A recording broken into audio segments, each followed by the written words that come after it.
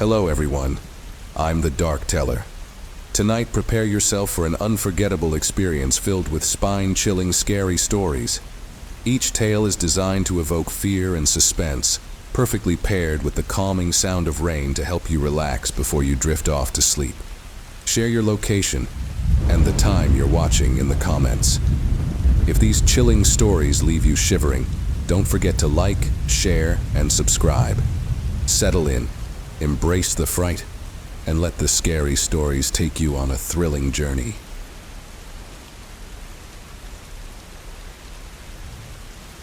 I'd heard about the old Beckley Lodge before, but didn't think much of it until I was on a work trip last fall, driving through a small town called Lawton in rural West Virginia. Lawton wasn't much, just a few shops, a diner that looked like it hadn't been touched since the 50s, and of course Beckley Lodge, tucked away a few miles out of town in the dense woods. A quick search told me the lodge was one of the oldest buildings around, built sometime in the 1800s as a resting point for travelers who were making their way through the mountains. But what really caught my attention were the stories. Locals swore the lodge was haunted, one of those places with too many eerie happenings to ignore, but not enough proof for people to believe in anything specific. The Beckley Lodge seemed more like a legend than a building, rumored to be home to some strange energy that no one could quite explain. That's what got me. Curiosity. I figured since I was nearby, I'd take a detour. After all, it was the middle of the day. How creepy could it really be? The drive to the lodge was beautiful, but desolate. Trees crowded the narrow road, their branches forming a natural tunnel that blocked out most of the sky. My car was the only vehicle on the road, which wasn't surprising. This place was isolated. When I finally reached the lodge, it looked almost exactly like you'd imagine. A sprawling, creaky wooden building with ivy climbing up its walls and windows with chipped paint. There was a no trespassing sign hung lopsidedly at the gate, but I assumed it was just for show. The air felt thick, almost like it was holding its breath. I got out of my car and took a few cautious steps toward the porch, which groaned under my weight. The place felt dormant, like a living thing that had gone to sleep and was waiting for someone to wake it up. I noticed strange little details, a faint smell of lavender mixed with something musty, almost like damp wood.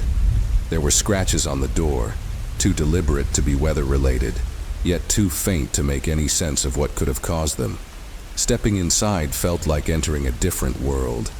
The temperature dropped immediately, like I'd walked into a fridge. There was dust everywhere, layering the old furniture, and spider webs hung from the corners like tattered curtains. I could still make out the ghostly outlines of the lodge's old grandeur. Ornate chairs, a grand but decaying staircase, faded wallpaper with an intricate floral pattern, all relics of a time long past. As I wandered further in, I started noticing something strange: the mirrors. They were everywhere, above the fireplace, on the walls, at the end of hallways. Each was positioned in a way that felt intentional, almost like they were watching, catching the slightest movement. I remember thinking it was odd, but I shrugged it off. I'd heard about hotels with quirks before, and this was an old lodge, after all. Maybe it was just a design choice from a bygone era. I don't know why I stayed as long as I did. Maybe it was the eerie quiet, or maybe I was just entranced by the place. It felt like there was a story buried here, like I was on the verge of discovering something no one else had. The lodge was almost dead silent, except for an occasional creak from somewhere deep within its walls. It felt unsettling. Still, I was curious, so I decided to explore the second floor. As I walked up the stairs, each step seemed to echo down the halls. I kept looking over my shoulder, convinced someone was behind me, but there was never anything there. When I reached the top, the air felt heavier. The hallway stretched out before me, dim and empty, and the mirrors on this floor felt different somehow. They were larger, old, with faded silvered glass that made everything look hazy. I felt a strange urge to keep looking at myself as I walked by, like I needed to make sure it was really me in the reflection. At one point, I paused, looking into a mirror at the far end of the hall. The glass was clouded, but I could still make out my reflection. Then I saw it. A movement. Someone or something shifted in the background. It was subtle, just a flicker in the corner of the mirror. But when I turned around, there was nothing. Just empty air and the silent hallway. I tried to brush it off, but a chill crept up my spine. I felt exposed, like the mirrors were revealing something to me that wasn't meant to be seen. I forced myself to keep moving, though each step felt slower and heavier. Every mirror I passed seemed to show me something different. Little things, faint shapes, shadows moving just out of sight, subtle shifts that kept catching my eye. At the end of the hall was a room. The door was slightly ajar, and against my better judgment, I went in. It looked like an old guest room, with a dusty bed, a small dresser, and of course, a large mirror on the opposite wall. This one was the biggest yet, stretching nearly from floor to ceiling. The mirror's glass was murky, almost as if it was hiding something. I felt a strange compulsion to stare into it, like I was drawn to it against my will. As I looked, my reflection seemed wrong. It was me, but not quite. My face looked slightly off, as if the features were softened, blurred, like a memory that was starting to fade. And then, in the background of the mirror, I saw her. A woman. She was standing just behind me, her face half hidden in shadow, watching me. Her expression was unreadable, but her eyes, dark and hollow, were locked onto mine. My breath caught in my throat. I whipped around, but there was no one there. My heart was pounding, but when I looked back at the mirror, she was still there. Still watching. I don't know how long I stood there, frozen. All I could do was stare, hoping she would vanish. But she didn't. Slowly, her hand lifted, reaching out toward my reflection, and I felt an overwhelming urge to reach back. My hand rose, almost as if it was moving on its own, and I was about to touch the glass when a sudden, loud bang echoed from downstairs. I snapped out of it, stumbled back, and turned to the door. My heart was racing, and I felt a surge of panic. I needed to leave. Now I didn't care about curiosity or the history of the place anymore. I just wanted out. I bolted down the stairs, every step feeling like the woman's eyes were drilling into the back of my head. I didn't stop until I was outside, breathing in the fresh air. The eerie silence that had been so compelling before now felt like a threat. I got into my car, my hands trembling, and glanced back at the lodge. That's when I saw her again, standing at the window looking down at me. Her face was a shadow, but I could feel her eyes on me, watching as I sped away. I don't know who she was or what she wanted, but one thing was clear. I wasn't supposed to be there. I drove straight back to town, not looking back once, and I haven't returned since. I did some research afterward and found mentions of a woman who'd stayed at the lodge in the early 1900s and never left. They say she'd been waiting for someone, that she had unfinished business. But the accounts were vague, nothing concrete. Just rumors, whispers of a tragedy that no one could remember clearly. But I remember her, and sometimes, when I catch a glimpse of myself in a mirror, I think I see her watching me, just for a second. I don't know what she wanted, but whatever it was, I don't think it's over.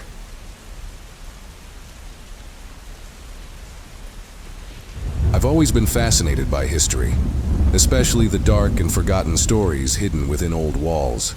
So, when my friend Jack called me up last summer with an idea, I couldn't resist.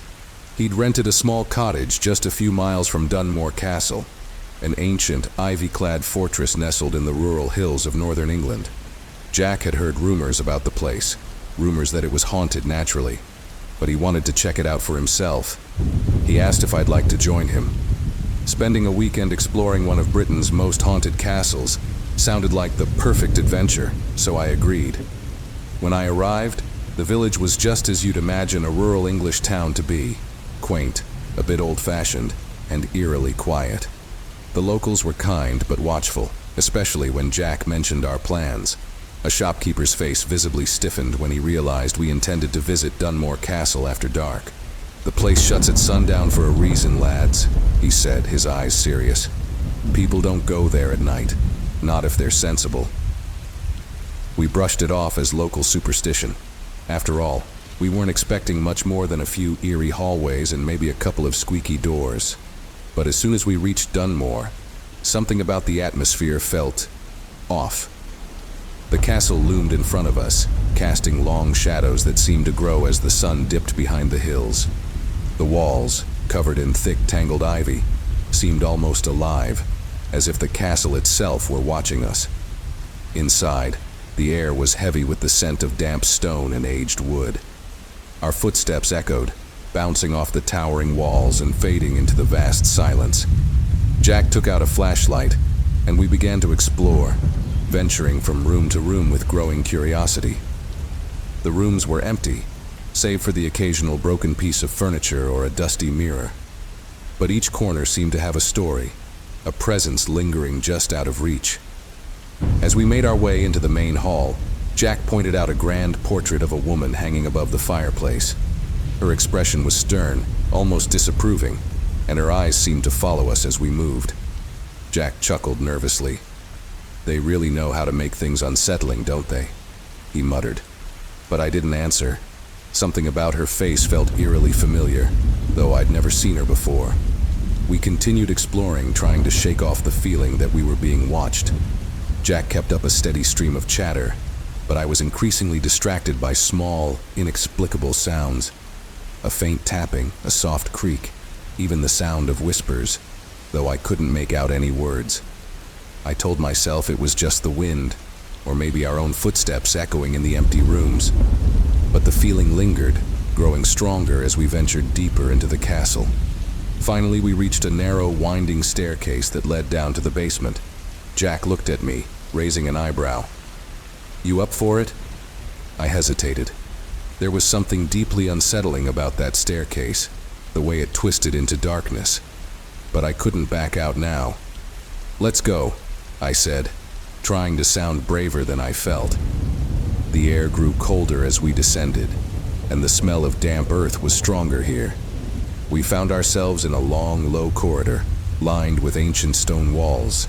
The flickering beam of Jack's flashlight barely cut through the darkness. I felt the hair on the back of my neck stand up as we moved forward.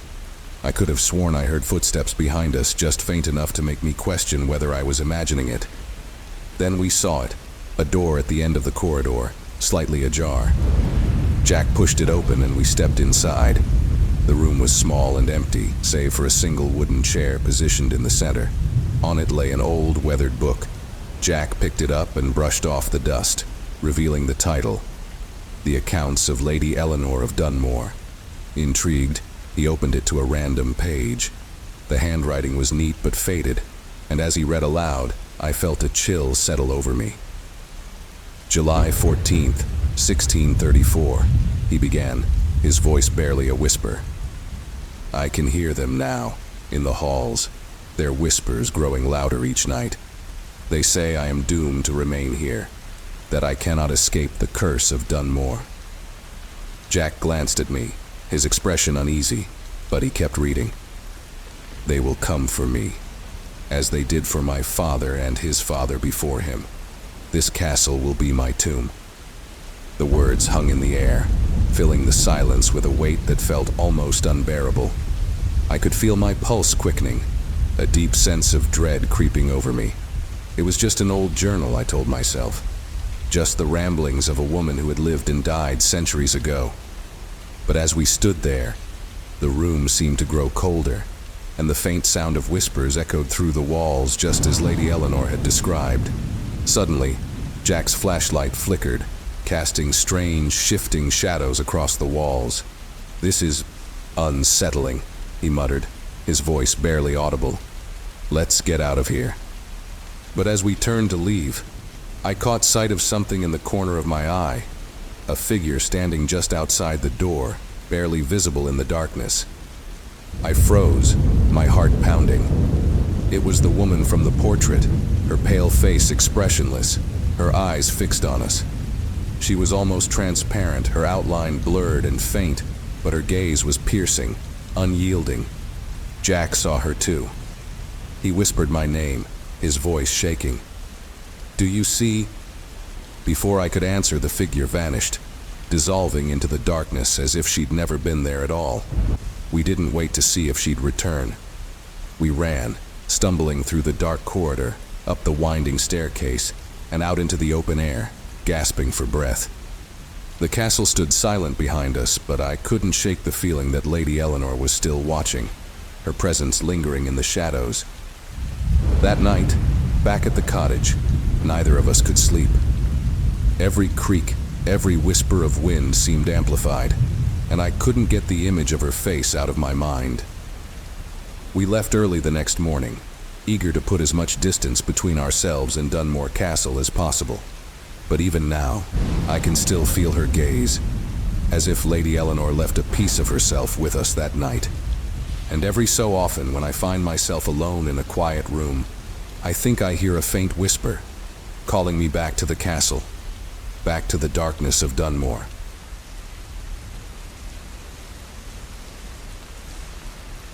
I never thought much of the risks involved with meeting people online. I always figured that since I wasn't naive and used a bit of caution, I'd be fine. So, when I first met Sam in a small forum dedicated to hiking and exploring abandoned places, I didn't think twice about striking up a friendship. He was friendly, knowledgeable, and he seemed like a genuine guy with a passion for the outdoors. We swapped tips on trails and shared photos of eerie, fog-filled forests. Soon it became our routine to chat each night, discussing everything from hiking to old ghost stories and unexplained mysteries. After a few months, Sam suggested meeting up in person for a camping trip. I'd never met anyone from online before, but after all the conversations, the video calls, and even seeing photos of his family, it felt safe. I thought of him as a friend by then. Besides, he lived only a couple of hours away in a quiet, quaint town nestled near the mountains. A perfect gateway to nature. We agreed to meet at a secluded campground he knew of, where there'd be fewer people around to disturb the experience. The drive to the campsite was beautiful, weaving through quiet roads, dense with trees and thick patches of fog. I arrived in the late afternoon, pulling up to the site Sam had described. It was secluded, tucked back from the main road, with towering pines on all sides. He was already there, setting up his tent. When I parked, he gave me a friendly wave, and everything felt natural. He looked just like his photos, dressed in hiking gear with an easy smile. The campsite was remote, but beautiful.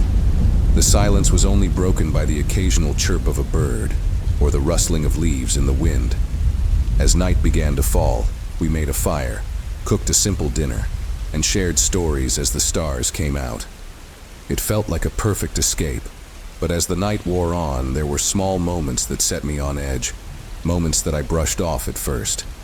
For instance, as we were talking, he'd occasionally go silent and stare into the woods, his eyes almost glazed over as if he was listening for something. Each time, he'd quickly snap back into the conversation, smiling like nothing was wrong. I chalked it up to maybe him just being a little eccentric. After all, we were both in the kind of hobby that drew people who were a little different. Around midnight, the fire started to die down, and Sam suggested we go on a short walk to a spot where he said the view of the stars was breathtaking. I hesitated. The campsite was pitch black outside the small ring of firelight, and the thought of wandering off into the woods with only Sam didn't sit right with me. But he was insistent, assuring me that it was close by, just a short walk away. As we walked, the trees seemed to close in around us. Our flashlights cut through the darkness, illuminating patches of leaves and tree trunks. Sam walked ahead, leading the way, but he wasn't saying much. I tried to make small talk, but he seemed distracted, like his mind was somewhere else. The silence between us was heavy, almost oppressive. Then, out of nowhere, he stopped. "There it is," he whispered, shining his flashlight up into the trees. I followed the beam of light, expecting to see a beautiful starry view, but there was nothing, just a dense patch of trees. I felt a chill run down my spine. "I don't see anything," I said quietly, my voice barely more than a whisper. He didn't respond. He just stood there, his back to me, still staring up into the trees. I felt an overwhelming urge to turn and run back to the campsite, but I stayed, convincing myself I was overreacting. Maybe he just got confused or lost. After a tense moment, he finally turned to me, his expression completely blank. "We should get back," he said, his voice low and unfamiliar. I nodded, feeling relief wash over me as we started back. The whole walk, though, he stayed silent, and I found myself speeding up just to put some distance between us. When we finally returned to the campsite, I realized I didn't want to spend the night there with him.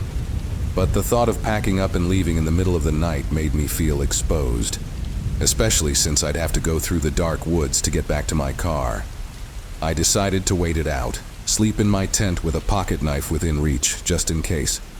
I lay awake for hours, every sound outside amplifying my fear. The wind, the rustle of branches, every noise seemed like it was creeping closer. Around 3 a.m., I heard footsteps outside my tent. Slow, deliberate steps circling my tent. I froze, gripping the knife, listening as the footsteps stopped just by the zipper. I held my breath, waiting, until finally, I heard him walk away. At dawn, I packed up quickly, not caring if I woke him. As I was about to leave, I saw Sam sitting by the fire pit, just watching me with that same blank expression. He didn't say a word, just watched as I walked past. I mumbled something about needing to head out early and forced myself to keep walking, my heart pounding. I got back to my car, threw my gear inside, and didn't look back until I was halfway down the mountain road. The whole drive home, I kept telling myself that I'd been overthinking it, that maybe he was just socially awkward. But a part of me knew something wasn't right. Later that night, I decided to do a little digging online. I wanted to know more about Sam, just to settle my nerves. But when I searched for his profile, I couldn't find anything. The forum we met on, his account was gone. The profile pictures he'd sent, the photos were gone too, removed from the chat history like they'd never existed. My heart raced as I thought back to everything he'd told me, all the little details about his life. But the more I thought about it, the more I realized I didn't really know him at all. Even the photos he'd sent could have been anyone. I didn't even know his last name. Days later, I got a notification from an unknown account. It was a message. "Had a great time. We should do it again sometime." No name, no photo, just those words. I blocked the account immediately, but I felt a chill settle over me. It was a reminder that people can hide behind screens, behind usernames and photos, weaving together lives that may be far from the truth. And the person I met in that dark forest, whoever he was, whatever his intentions, was someone I would never truly know. To this day, I don't go camping alone, and I haven't been back to any forums for abandoned places. I learned, sometimes the hard way, that you can never really be sure who's on the other side of the screen.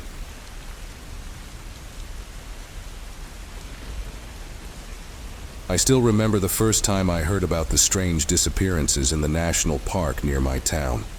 It's not a big place, just a quiet wooded area nestled up in the Pacific Northwest, about an hour's drive from the nearest town.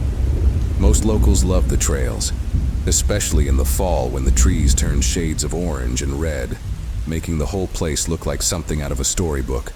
But lately the woods felt different, like there was something waiting. When I was a kid, my parents would take me there for picnics every other weekend. It's where I learned to appreciate the sound of rustling leaves, the smell of pine needles, and the feel of moss underfoot. I'd thought of those woods as my own backyard for years. So when people in the area began talking about how hikers were going missing in the park, I couldn't help but feel unnerved. It started with a story that my friend David told me one night. We were sitting around a fire pit in his backyard, the warmth of the fire chasing away the cool autumn chill. He leaned in closer, his face half illuminated by the flames, and said, "You heard about the missing hikers, right?" I hadn't, so he filled me in. Over the past year, 3 people had vanished while hiking alone in the park. Not just anyone either. 2 of them were experienced hikers, well prepared with gear and supplies. The third was a young woman who'd grown up in the area, someone who knew the trails like the back of her hand. None of them were ever found, not even a single piece of clothing or equipment. As David spoke, I felt a strange unease settle in. He shrugged it off, but the more he talked, the more I noticed his face had lost its usual carefree look. "People say there's something out there," he murmured, almost as if he didn't want anyone else to hear. "Something watching." Of course, it sounded ridiculous. In the back of my mind, I knew there had to be some logical explanation. Maybe they just got lost, or maybe they didn't have as much experience as people thought. But David's words stayed with me. A week later, I decided to go for a hike myself. It was a sunny day, with a few clouds drifting lazily across the sky. I'd planned a short trail, just enough to clear my mind, and as I walked, I kept reminding myself that the stories were just that, stories. Still, I couldn't shake the feeling of being watched. At one point, I stopped and looked around. The trees seemed to close in, as if forming a canopy that blocked out the sunlight. A sudden chill ran through me and I quickened my pace, dismissing it as my imagination. But then, I noticed something unusual. Up ahead, just off the trail, I saw a flash of red, a color that didn't belong in the natural palette of the forest. Curious, I stepped off the path to investigate. There, snagged on a low-hanging branch, was a piece of fabric, a red bandana, weathered and frayed. It looked like it had been there for a while. I thought of the young woman who'd gone missing. Her family had described her as wearing a red bandana on the day she disappeared. For a moment I stood there, rooted to the spot, the silence pressing in around me. Then something else caught my eye. A narrow path leading further into the woods, nearly hidden by overgrown ferns and bushes. Against my better judgment, I decided to follow it. The path was barely a trail at all, winding and uneven. Every step felt heavier, like something was urging me to turn back. I forced myself to keep going, driven by a strange compulsion. The deeper I went, the more the forest seemed to swallow me up. The trees grew thicker, the air colder, and the familiar sounds of chirping birds and rustling leaves faded away, replaced by a heavy, unnatural silence.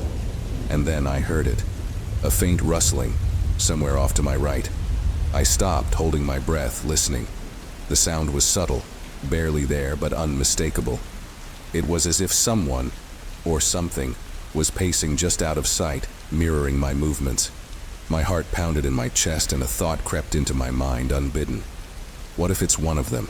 What if it's one of the missing hikers, somehow lost in these woods? I tried to shake the thought away, but it clung to me like the dampness in the air. "Hello?" I called out, my voice barely more than a whisper. The forest didn't answer. I took a few more steps, trying to convince myself that I was imagining things. But then I saw it, a shadow, slipping between the trees just up ahead. It moved quickly, too fast to be human, but too large to be any animal I knew. My instincts screamed at me to turn back, to leave before I saw something I wouldn't be able to unsee. But I couldn't move, my feet rooted to the ground. The shadow disappeared and the forest fell silent again. I felt like I was being tested, like something was waiting for me to make a choice. And then, in the stillness, I heard a voice. It was soft, barely more than a whisper, but unmistakable. A woman's voice calling my name.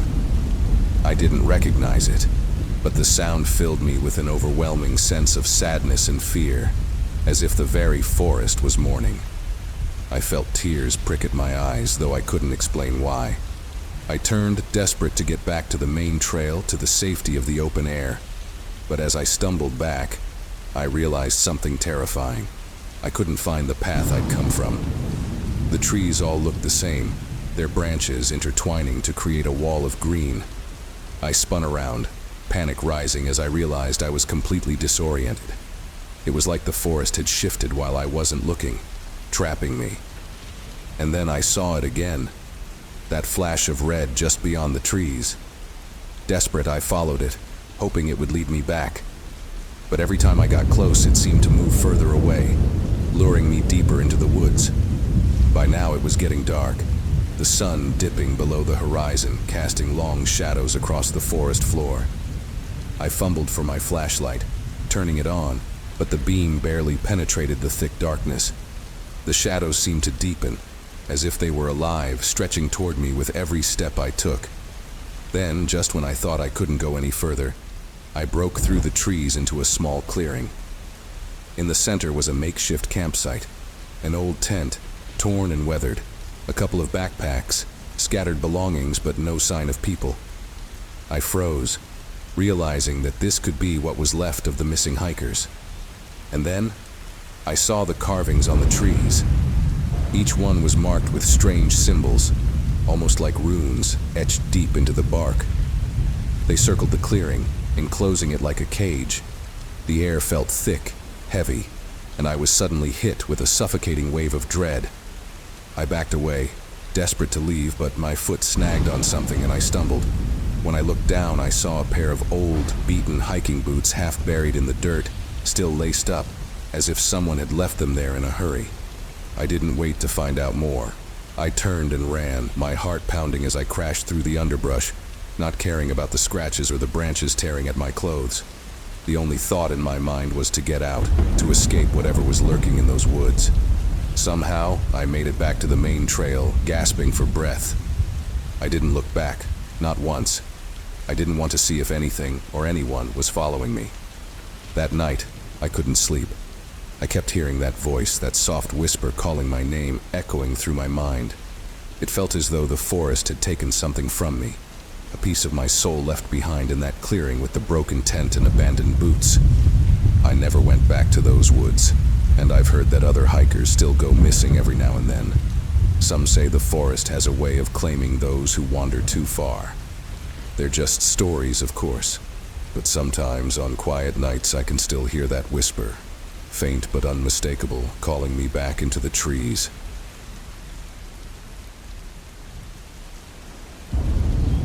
The story I'm about to tell took place in a quiet town in northern Maine, a place that always seemed like it belonged to another time. There were small shops, a single traffic light, and long tree-lined streets that looked almost abandoned. I moved there a few years back, looking for some solitude after a fast-paced job in the city.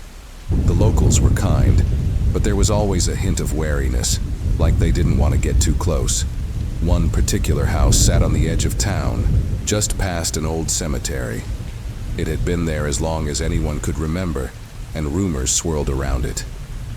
"That's the Graham house," people would say, their voices lowering as if they feared it might hear them. It was an old, creaky Victorian house with chipped paint and windows that seemed to watch you. Stories floated around about strange sounds, shadows in the windows, things moving on their own. But every town has its legends, right? I brushed it off.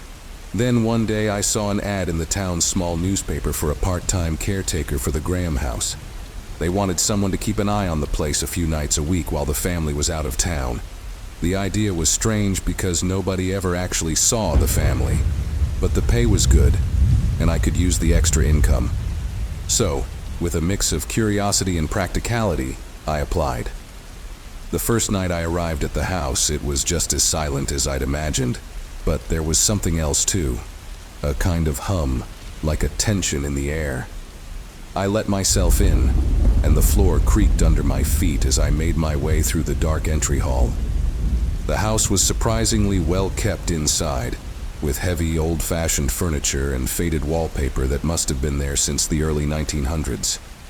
I remember the distinct scent of dust mixed with something sweet, like old flowers. I checked the house room by room, making sure the windows were locked and everything was in its place. It wasn't until I reached the parlor, a room they kept closed off, that I felt the first stirrings of unease. The door was slightly ajar, and as I peeked in, I noticed a large mirror above the fireplace. For a second, I thought I saw something, a flicker of movement, but I brushed it off as my reflection. Over the next few nights, things started to happen. Small things that could easily be explained away. A door that I knew I'd closed would be open. The scent of flowers would grow stronger in certain parts of the house, and sometimes I'd hear faint sounds, like someone whispering just out of earshot. I tried telling myself it was just the house settling, that old places made noises, but there was something too intentional about it, like the house was testing me. Then one night, things escalated. I was sitting in the kitchen reading a book when I heard a soft thud from the parlor. I froze, listening, and then it came again. A slow, deliberate sound like something heavy being dragged across the floor. Gathering my nerve, I stood up and crept toward the parlor, feeling a chill crawl up my spine. The door was closed, but as I reached for the knob, I heard it. A voice, faint but clear, whispering my name. I yanked my hand back, my heart pounding. I wanted to leave, but I felt rooted to the spot, unable to turn away. After what felt like an eternity, the whispering stopped, and the silence that followed was even more unsettling. Taking a deep breath, I forced myself to open the door, half expecting to see... well, I didn't know what to expect. But the room was empty, and everything seemed untouched, except the mirror. I could have sworn I'd seen a handprint on it just for a second before it vanished. From that night on, I started noticing more changes. The lights would flicker when I entered certain rooms. Cold spots would appear out of nowhere, and sometimes I'd catch the faintest hint of laughter, like someone was amused by my discomfort. One evening I found myself staring into that mirror in the parlor again, unable to look away. I thought I saw something behind me, a shape just barely visible, but when I turned around there was nothing there. The townspeople had warned me about the Graham house, but I'd never thought much of it until then. Curiosity got the better of me, and I asked an elderly neighbor, Mrs. Harlan, about the family. Her expression turned serious, and she leaned in, lowering her voice. "The Grahams haven't lived in that house for years," she whispered. "They moved out after their daughter disappeared." According to Mrs. Harlan, the family's youngest daughter, Annabelle, had vanished one night without a trace. They'd searched the house, the woods, even the cemetery, but she was never found. The family left shortly after, unable to bear the memories, but some people in town believed she'd never left. "They say she's still there," Mrs. Harlan told me, her voice barely a whisper. "She's the one who whispers. She's the one who watches." That night I went back to the house with a new wariness, feeling like I was intruding on something personal, something that didn't want me there. The feeling only grew as the hours passed, and every creak and groan of the house felt like a warning. I tried to focus on my tasks, but my gaze kept drifting to the parlor, to that mirror that seemed to hold so many secrets. Just as I was about to leave for the night, I heard it again, that soft, eerie laughter drifting through the empty house. It was coming from the parlor. Heart pounding, I made my way back to the room and stood in front of the mirror, almost daring it to show me something. And it did. As I stared into the glass, the room behind me seemed to shift, the shadows deepening, and slowly, a figure began to take shape. A young girl with long dark hair and eyes that seemed impossibly sad. She stood just behind me, close enough that I could almost feel her presence. But when I turned around, the room was empty. In that moment, I felt a chill unlike anything I'd ever experienced. It was as if the air itself had turned to ice, and I realized with a sinking dread that I was not alone. The door behind me creaked shut, and in the silence that followed, I heard a faint whisper, "Don't leave me." I never went back to the Graham house after that. I told the owner I couldn't do it, made up some excuse about needing to focus on other work. But every now and then, I find myself thinking about that night, about the sad girl in the mirror, and the way she looked at me, as if begging me to stay. Sometimes I wonder if she's still there, waiting for someone to find her, to remember her. And on quiet nights when the wind whistles through the trees and the shadows grow long, I almost think I can hear her calling my name.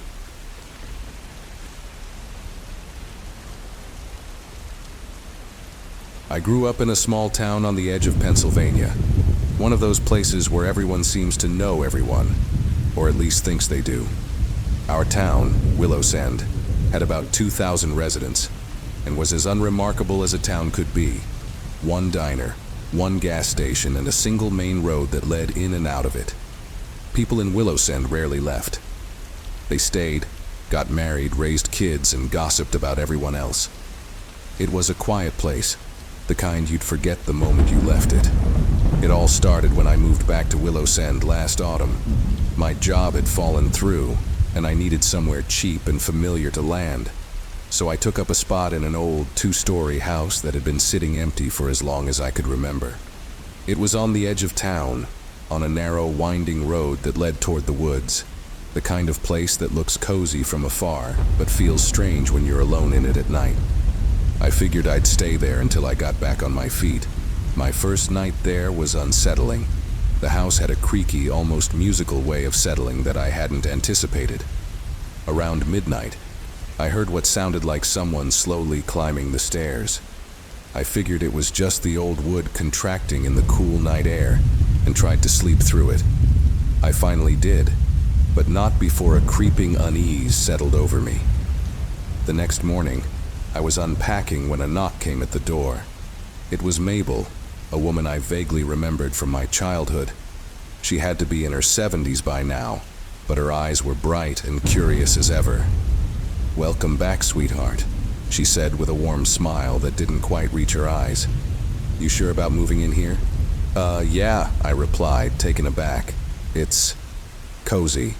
She chuckled softly, but there was something odd in her expression. A flicker of worry, maybe, or hesitation. "Well, if you need anything, I'm just down the road, and if you hear anything strange, try not to pay it much mind." I thought about asking her to explain, but she shuffled off before I could get a word in. Her words settled in my mind like a shadow that wouldn't quite go away. Over the next few days, I got used to the creaks and groans of the house, or so I thought. But as the nights grew colder, the sounds grew stranger. Every so often, I'd hear what seemed like footsteps, but they didn't sound like the usual groans of old wood. They sounded deliberate. Once or twice, I thought I heard faint whispering, like someone having a quiet conversation in another room. I started telling myself it was just my mind playing tricks. After all, it was an old house, and I was still adjusting to being alone. One evening, I decided to go into town and grab a coffee. I ran into Jake, a guy I'd known in high school who now ran the local hardware store. "Heard you're staying in the old Hartwell place," he said, giving me a curious look. "Yeah," I replied. "Why does everyone keep acting like it's haunted?" Jake chuckled nervously. "It's not haunted exactly, just, well, it has a history." "What kind of history?" I asked, feeling a prickle of apprehension. He hesitated, glancing around as if someone might overhear. "Old Mr. Hartwell, the man who built the place, was a bit of a recluse. Folks say he got strange in his later years. Claimed he could hear things. His wife disappeared one night without a trace, and he said she'd been taken by something in the walls." I laughed, though it came out more tense than I meant. "You're kidding, right?" He shrugged. People started to think he was crazy. But then, a few months later, he vanished too. Left the house just as it was, all his things inside. No one ever found him. The story settled in the back of my mind as I walked back to the house. The evening light was fading, and the house looked colder than usual. It had that still, unsettling air you get on the verge of winter, when everything feels brittle. That night, as I tried to sleep, I heard it again. The faint sound of footsteps, slow and deliberate, but this time they seemed closer, like they were moving toward my bedroom. My heart pounded as I lay there, eyes wide open, listening. The steps grew softer, then stopped just outside my door. I was too scared to breathe. I don't know how long I lay there, staring at the ceiling, waiting for something to happen. But eventually I drifted off, and when I woke, the house was silent again. The next day I was exhausted, the kind of tired that gets under your skin and makes everything feel surreal. I tried to brush it off, telling myself it was just my nerves. But that evening, I noticed something I hadn't before. On the wall near the staircase, hidden in the shadows, was a narrow door, painted the same color as the wall. It was almost invisible unless you were looking right at it. I don't know how I'd missed it, but once I saw it, I couldn't look away. A sense of dread washed over me as I approached it. I reached out, half expecting it to be locked, but the handle turned easily. The door creaked open to reveal a narrow staircase leading down into the dark. I couldn't see anything beyond the first few steps, but I felt something down there.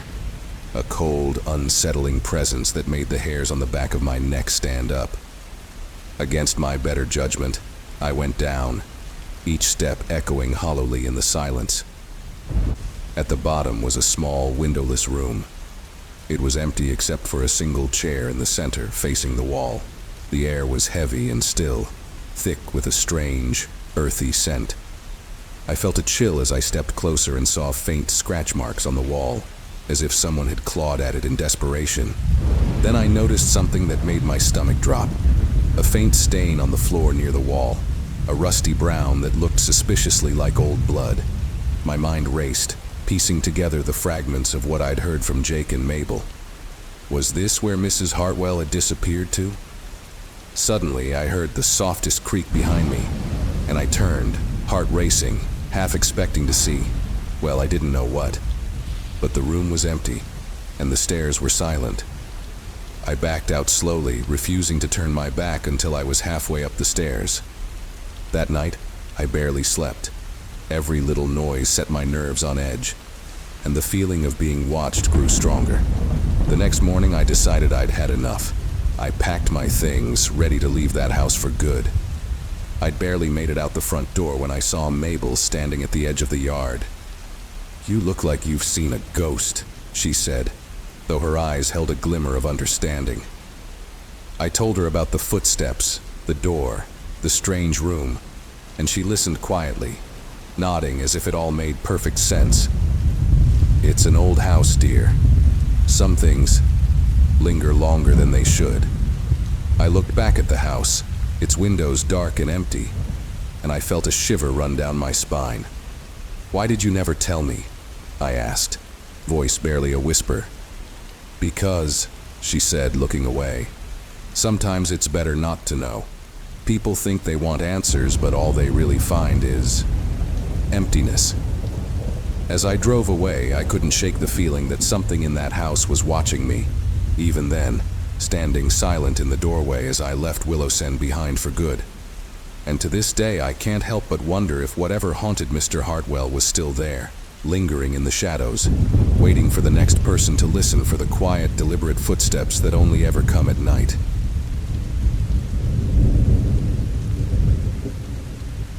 It was during the late fall of last year, and I found myself in a quaint, historic town in Vermont on a business trip. After a long day of meetings, I decided to book a room in one of the oldest hotels in the area, a place famous for its charm and ghostly reputation. The Fairview Inn had been in operation since the 1800s, with walls steeped in history and whispers of lingering spirits. I figured, why not? It would add a bit of intrigue to an otherwise mundane trip. The inn was a modest 3-story building, its whitewashed walls and wooden beams weathered from years of harsh winters. The moment I stepped into the lobby, I felt a chill that seemed out of place. It wasn't freezing, but the air felt heavy, almost as if the inn itself was holding its breath. The innkeeper, a gentlewoman named Mrs. Hale, greeted me with a warm but tired smile. As she handed me the room key, she hesitated and glanced down, her voice dropping to a near whisper. "You're in room 304, she said, her tone unreadable. "It's one of our more historic rooms. If you need anything, just give us a call." Her words lingered in the air, vague but unsettling. I brushed it off, chalking it up to the eerie ambiance that old buildings sometimes have. Room 304 was at the end of a narrow corridor on the 3rd floor. The hall was dimly lit, and my footsteps echoed against the old wood as I walked. It was eerily silent except for the creaks that accompanied every step, as though the inn itself was alive. When I reached the door to my room, I felt an odd hesitancy. I shook it off, turned the key, and stepped inside. The room was cozy, with dark wood furniture, a small armchair near the window, and a vintage writing desk. There was an old, slightly musty smell. Normal for a place of its age, I told myself. I set my bag down and glanced around, noticing an old gilded mirror hanging on the opposite wall facing the bed. Its glass was slightly fogged, making it look as though someone had tried to wipe it clean, but hadn't quite succeeded. As I settled in, I noticed subtle oddities, little things that seemed out of place but were easy enough to ignore at first. For one, There was a cold draft despite the window being closed. It whispered through the room, making the air feel thick and chilly. Then there was the ticking of an antique clock on the wall, a rhythm that was somehow both steady and unsettling. As the evening wore on, the oddness became harder to dismiss. I couldn't shake the feeling that someone was watching me, though the room was empty. I tried to rationalize it. It was just an old hotel with creaky floors and strange acoustics. Nothing more. But each time I moved, I felt like I was being watched, especially when I glanced toward that mirror. There was something about it, something that kept drawing my eyes back. I'd swear it almost seemed to flicker in my peripheral vision, as though shadows were moving behind the glass. I eventually convinced myself to go to bed. I turned off the lights, lay down, and closed my eyes. The room was completely silent except for the faint ticking of the clock. But as I lay there, I heard something else. A soft whisper, barely audible, as though someone was murmuring just on the edge of hearing. My eyes shot open, and I lay still, straining to hear, but there was nothing. Just silence. I rolled over, telling myself it was just my imagination, but then I heard it again, a faint, indistinct voice whispering something I couldn't quite catch. I sat up and scanned the room. The mirror seemed darker somehow, the shadows around it deeper, almost as though it was drawing in the darkness. I felt a chill run down my spine. "Hello?" I called out softly, feeling silly but too unnerved to stay silent. There was no reply, but as I sat there I felt a shift in the air, a subtle drop in temperature, as though the room itself had exhaled. I could swear I saw a faint shape reflected in the mirror, something hazy and indistinct, but before I could fully focus, it was gone. I was wide awake now, my heart pounding. Deciding I'd had enough, I reached for my phone to call the front desk, but just as I turned to grab it, there was a soft knock at my door. The sound was gentle but insistent, as though someone was politely waiting for me to answer. I froze, my hand hovering over the phone. "Hello?" I called out again, louder this time, my voice trembling. There was no response, just the silence of the empty hallway beyond the door. I stood up, walked over to the door, and peered through the peephole. There was no one there. I opened the door cautiously, and the hall was empty, stretching into darkness on either side. Just as I was about to close the door, I heard it. A faint whisper, so close it felt like someone was standing right behind me. I spun around, expecting to see someone, anyone, but the room was empty. My gaze landed on the mirror again. This time, I saw it clearly. A faint figure standing behind me, its eyes dark, its face blank and expressionless. I turned around quickly, but there was nothing there. When I looked back at the mirror, the figure was gone. My heart was pounding now. I was too shaken to stay in that room, so I grabbed my bag and went down to the lobby, where Mrs. Hale was sitting, quietly reading a book. She looked up, noticing my pale face. "Is everything all right?" she asked, though her tone suggested she already knew the answer. I think I'd like a different room," I stammered, not sure how to explain what had just happened. Mrs. Hale nodded knowingly. "Room 304 has a history," she said, almost as if to herself. She looked at me with a mixture of sympathy and curiosity. "Not everyone feels comfortable there. We try not to assign it unless we're full, but tonight was unusually busy." "What kind of history?" I asked, my curiosity getting the better of me. She hesitated, her eyes drifting toward the stairs as though she was seeing something I couldn't. "Room 304 was once home to a long-term guest, a young woman who, well, she had a habit of staring into mirrors, convinced she saw someone else looking back. People say she never really left." Mrs. Hale gave me a new key and wished me a good night, though I could see the concern lingering in her eyes. I went to my new room, but I couldn't shake the feeling of being watched, even in a different space. That night I barely slept. Every time I closed my eyes, I saw that empty face staring back at me from the mirror. The next morning, as I checked out, Mrs. Hale handed me a small note. It was a faded photograph of a young woman standing by a window, her gaze turned away. On the back, written in neat cursive, was a name: Elizabeth Hart, room 304. I never went back to the Fairview Inn after that, but sometimes late at night, I still feel that chill, the sensation of being watched from just beyond the shadows. And when I catch a glimpse of myself in a mirror, I can't help but glance over my shoulder, half expecting to see a figure standing just behind me.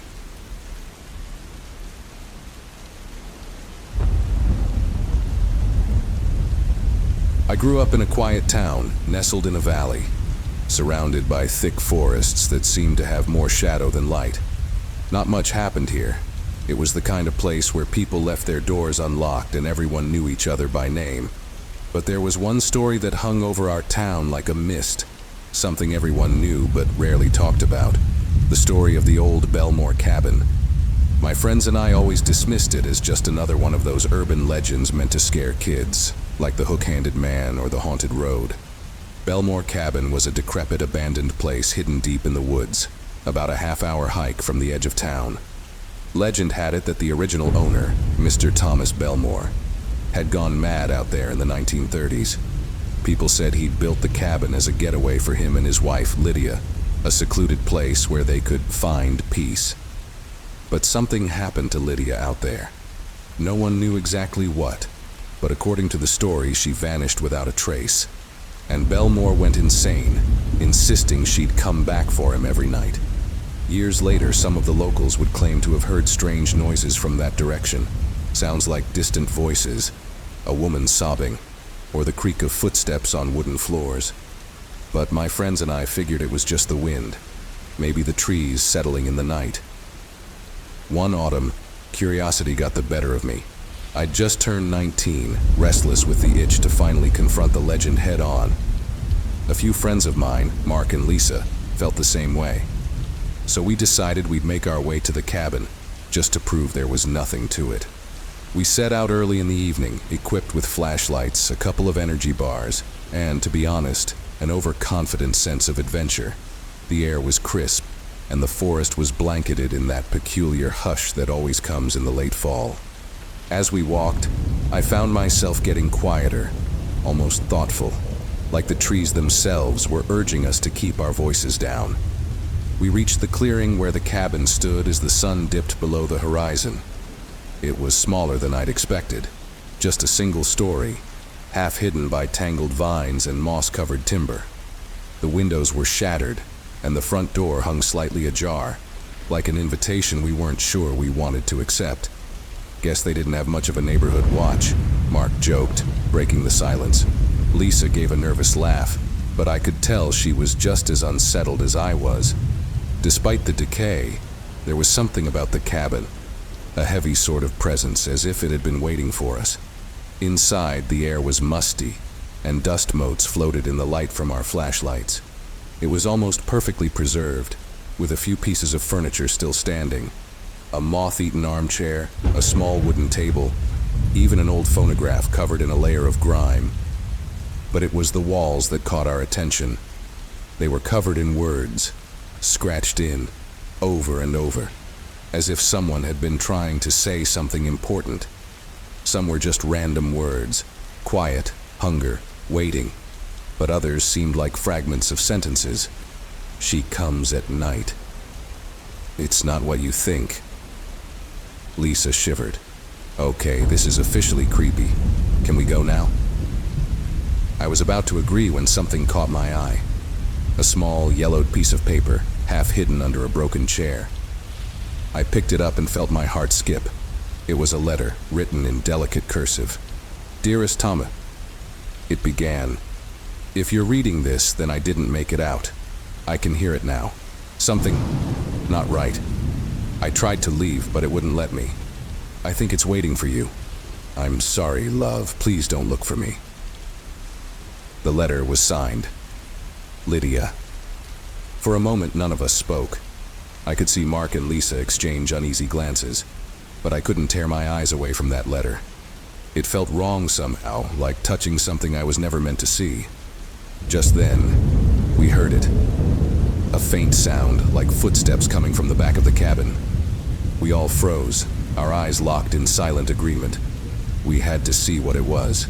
Quietly, we made our way down a narrow hallway toward what must have been the bedroom. The door was slightly ajar, and through the crack, I could make out a dim shape. I pushed the door open, expecting, well, I wasn't sure what I was expecting. But the room was empty, except for an old bed frame and a broken wardrobe. Still, I could have sworn I'd seen something move. Then, out of nowhere, Lisa gasped, her flashlight trained on the wall. More words scratched deep into the wood. "Don't trust her." It was repeated dozens of times, each line etched with increasing desperation. And then, in one final line at the bottom, "She's here." We were silent, trying to piece together what we were seeing, when Mark suddenly pointed at something on the floor. A dusty, cracked mirror propped up against the wall. Its surface was smeared with dirt, but there was something about it that made my stomach turn. It was facing the wardrobe, angled just enough that it caught the entire room in its reflection. "Why would someone put a mirror like that?" Mark whispered, his voice barely more than a breath. Without thinking, I reached out and wiped a spot clean with my sleeve. The reflection stared back at us, empty and still. But as I moved my flashlight across the room, something shifted. I could have sworn, just for a second, that I saw the silhouette of a woman standing in the corner, watching us. "Did you see that?" Lisa asked, her voice trembling. Before I could answer, the temperature in the room seemed to drop, and the faint sound of something creaking filled the air, like the groan of old wood or footsteps just beyond the door.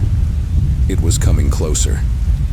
Suddenly, it wasn't just cold, it was freezing, and I could see my breath fogging in front of me.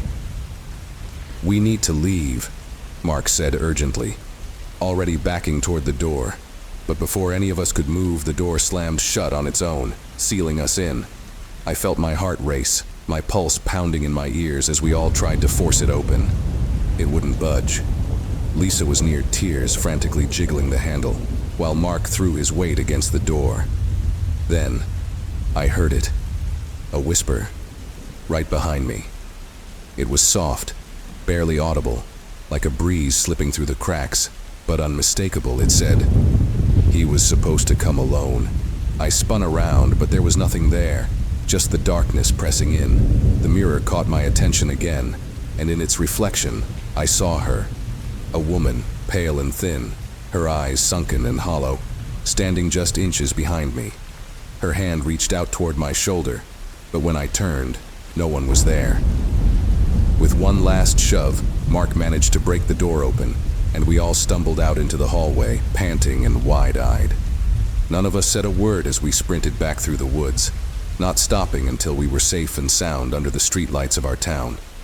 We never talked about what we saw that night, and none of us went near the Belmore cabin again. But sometimes late at night I'd catch myself thinking about that mirror and the message scratched into the wall.